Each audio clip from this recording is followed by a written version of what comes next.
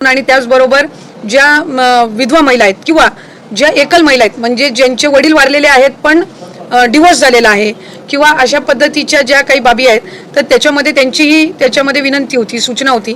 मधल्या कालावधीमध्ये आदरणीय मुख्यमंत्री देवेंद्र फडणवीस साहेब, दोन्ही उपमुख्यमंत्री शिंदे साहेब आणि आदरणीय दादांच्याकडे सुद्धा त्या संदर्भातली चर्चा करण्यात आली आणि 31 डिसेंबरपर्यंत आपण KYC करण्याची मुदत ही वाढवत आहोत.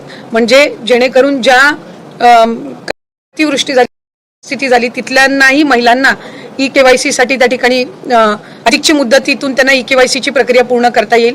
या व्यतिरिक्त ज्यांचे पतीचं निधन झालेलं आहे, वडिलांचंही निधन झालेलं आहे, अशांकडे जे सर्टिफिकेट नाही आहेत म्हणजे अशांकडे त्यांचे जे डॉक्युमेंट्स नाही आहेत, त्यांचं डेथ सर्टिफिकेट असेल किंवा डिवोर्सचे न्यायालयांच्या जी काही डिवोर्सचे सर्टिफिकेट्स असतात म्हणजे कोर्टचे जे डॉक्युमेंट्स असतात ते त्यांना अपलोड करण्याच्या दृष्टिकोनातून किंवा एखाद्या गावामध्ये एखादी एकल महिला किंवा तिच्या पतीचंही निधन झालं आणि वडिलांचंही निधन झालेलं आहे, अशा महिलेनी लाभार्थ्यांनी जर ते डेथ सर्टिफिकेट किंवा ते डॉक्युमेंट्स जर तिथल्या उपलब्ध जी सर्टिफिकेट आहे ती CDPO कडे देऊन त्या संदर्भातली सगळी प्रक्रिया पूर्ण करून घेऊ शकतील. आम्ही आजच त्या संदर्भातला शासन निर्णय सुद्धा निर्गमित करत आहोत.